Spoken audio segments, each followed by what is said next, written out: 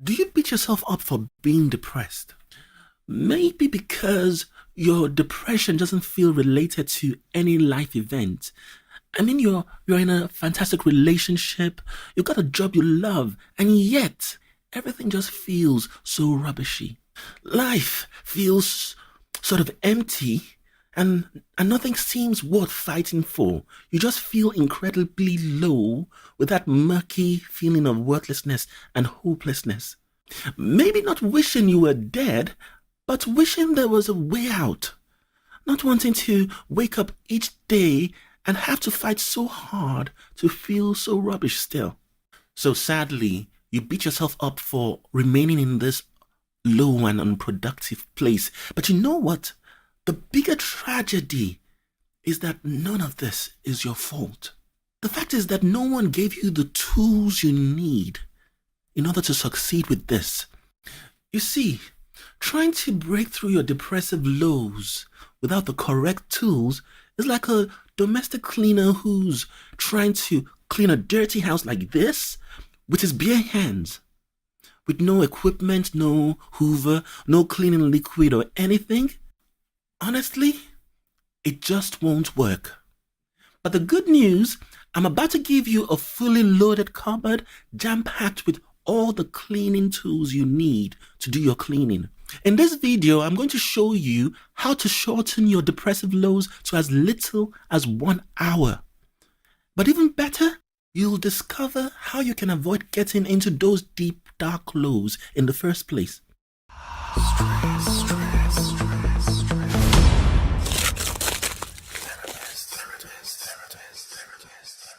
Hi, this is Adewale from Stresstherapist.net, and today in video 2 of my series on managing depression, I'll be revealing 3 super effective tools for grabbing your physical, emotional, and mental energy back from depression faster. But first, what do you expect to see when you're recovering from depression? Do you expect the graph of recovery to go straight up? Or do you think you should still be experiencing those ups and downs whilst you're getting better? The truth is that recovery from depression will never be a straight line up. Instead, as you recover, you'll still be getting those ups and downs, except that they won't last so long or go so deep. But why is this crucial to be aware of? You see, if you don't know that this is the pattern recovery takes, every dip in mood you experience will feel like you're back at square one, like you failed again. And this conclusion alone can become so demoralizing that it pushes you lower and keeps you down for longer. So, here's a much more helpful way to think about this. Because, ironically, the ups and downs of depression can feel strangely similar to fighting with a house that never stays clean. You see, when you clean a house, each room has a specific way you need to clean it. For example, rooms with carpets need to be hoovered, wooden floors need wiping and polishing. Each room requires a different set of tools. So, to start managing depression better, you've got to treat the different phases of depression like different rooms in a house, with each phase requiring a different tactic and a different set of tools. So for example, when you're down in the dumps in the low phase of depression, this requires one tactic. Let's call that phase the ground floor room. Then when you are feeling better or maybe just feeling okay, this requires a different approach entirely. I like to call this feeling okay phase the top floor room. And then when you're at that point where you're sliding down into a depressive funk, this also requires a different strategy. We'll call this phase the sliding floor room. Hope you can relate with everything I've said so far. Now, let's dig deeper. I'll start at the sliding floor room. Again, this is the phase where you slide into that depressive funk. But why does this room exist in the first place? You see, whilst there are so many causes for depression according to the current evidence, the 2 threads that are common to all these different causes are, first, experiencing too much stress for far too long, and then second, the the way you interact with that stress. Now, the impact of stress can be massive even for someone who's not depressed. Just think about Obama. Only 6 years after he became president, see how old he grew. So my point here is that stress changes you. But in particular, the stress hormone cortisol penetrates into your cells, causing your cells to grow old faster and perform poorer and die faster. So what's the implication of this for depression? If this happens to you, it means you won't have enough functional cells in your body to pass about essential happy chemicals that you need to feel happy, functional, and effective in life. So your motivation is affected, your energy levels take a hit, your sense of enjoyment is completely destroyed, and your ability to find fun and just do things you want diminishes. Now, the biggest problem with this phase is that depression never announces its arrival. It feels like you were well one day, and then suddenly out of the blue you hit rock bottom. In most cases, however, there's a gradual decline into depression with many telltale signs. But this decline is so gradual that you won't recognize the changes. It's like slowly boiling a frog. The frog doesn't feel the change in temperature until it's too late to jump out of the boiling water. Okay, a quick disclaimer, I haven't boiled any frogs to determine if this is true. I just know some tribes who do this. In fact, I'm vegetarian, so trust me, I don't eat any frogs. Moving on. What are the tools you need in this room for working against depression? Well, in my experience, the most important tool you can acquire in this room is that ability to recognize the first set of changes, the initial changes you experience as you begin to get depressed. So for example, do you find yourself isolating more often? Or do you worry, maybe get irritable or snappy? So get the support of your friends and family members, people who know you well, to help you identify what these initial changes are. So once you've got this information, all you've got to then do is that whenever you see these early warning signs, step on your brakes and give your mind and body a rest. Now, chances are that as you hear me saying this, you've got this niggling voice in your head saying, yes, this makes a lot of sense, but I just can't stop everything. I've got to work. I've got to pay the bills. So what you're asking me to do, Adewale, is not really realistic.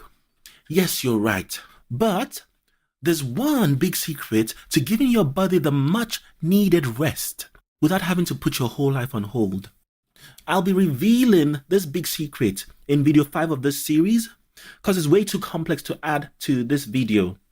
For now, though, you can start using this technique I call the tug-of-war strategy. You know how in a tug-of-war game, you weaken your opponents by releasing the rope ever so slightly? And your opponent loses their stance, giving you the upper hand. This is exactly what we're trying to do with depression. In other words, don't think of releasing the rope as a weakness. Don't think of things like taking a break, allowing yourself to rest, getting help and support as weaknesses. Instead, think of them as you setting yourself up for success over depression. This is where you begin to win. Okay, so moving on, I'll go to the top floor room next. So the top floor room is where you get back into dealing with life again. This is once depression has lifted. So in this phase, you kick into this type of survival mode because you're trying to avoid depression from attacking you again.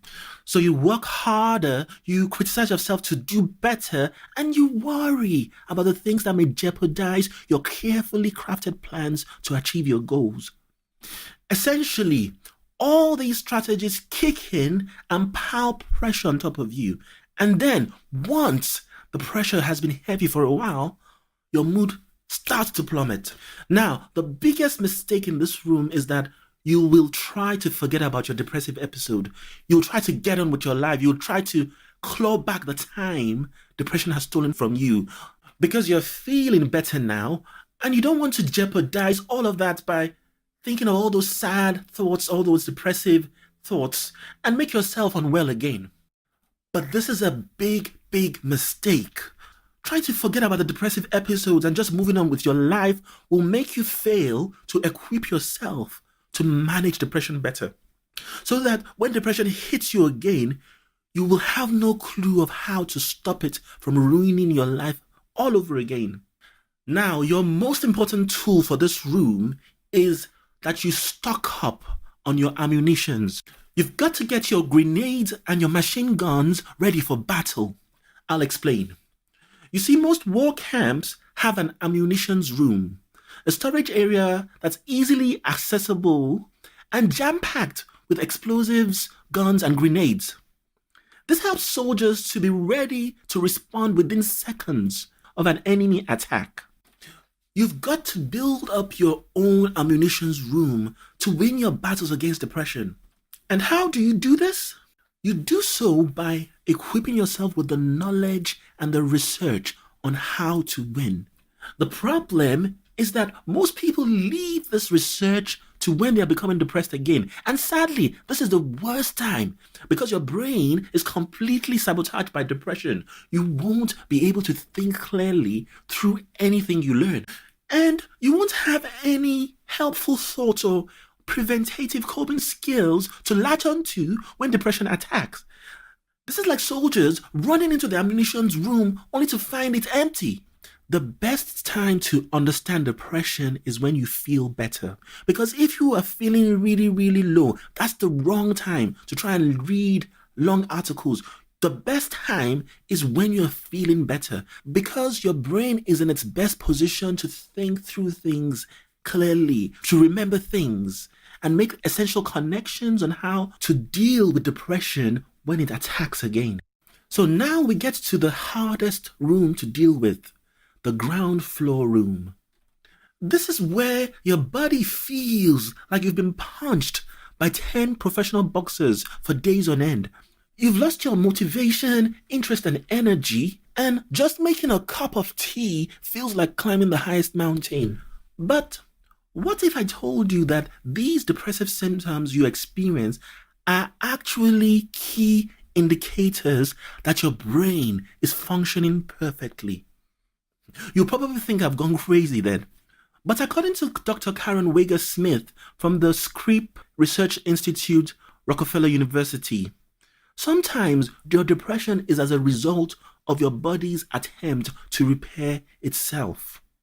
So your brain realizes that your healthy cells need to be replenished. So it goes into a frenzy of repair. And this frenzy of repair creates that familiar burnt out blah feeling of depression. Now, combine this impact of this blah feeling with the depletion of happy chemicals, which I described earlier in the video. And you've got two massive energy leeches sucking all the happiness out of you. But here's the important point. The degree of energy and motivation sucking will depend on if you make this following mistake.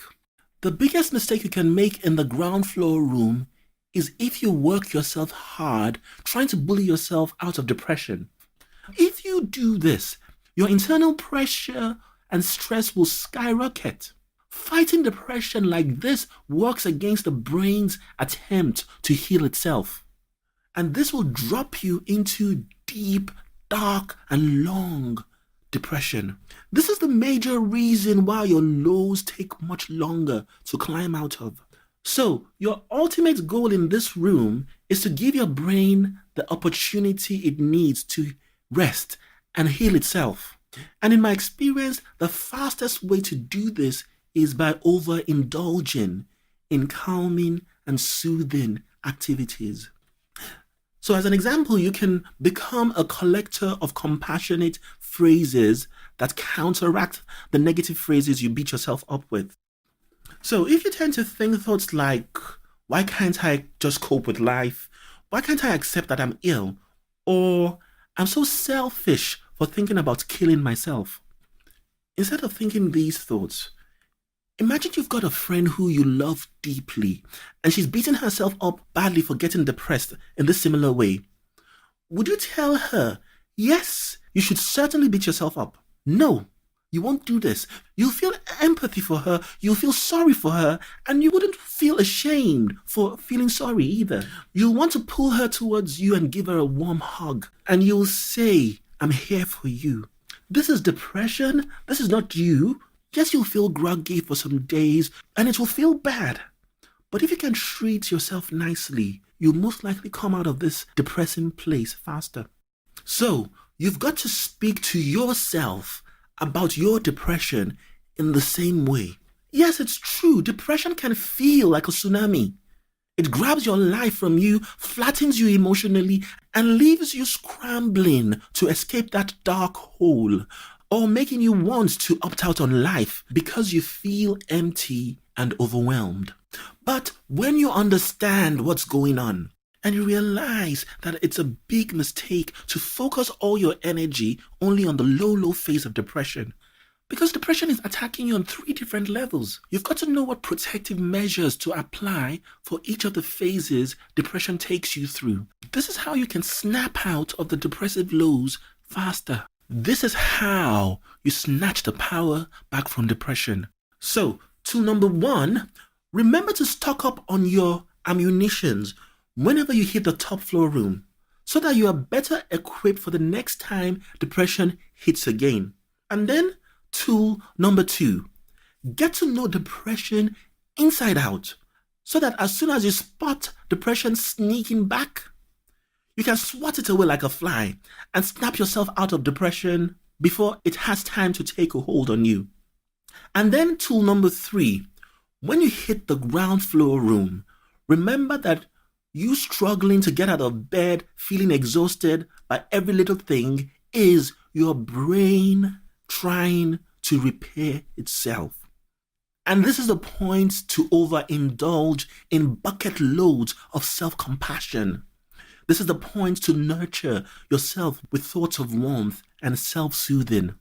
Yes, it's still going to be massively hard, but as you practice this skill, in time, you will get better at it. Until one day, you will suddenly notice that your deep, dark, long days of feeling depressed are no longer happening. Sure, you'll still get depressed occasionally, but your depression has now become a minute, powerless puddle of water that you can stamp out with just one foot. And that brings me to the end of this video. In the next video, part 3, I'll be revealing something I call your personal reignition routine.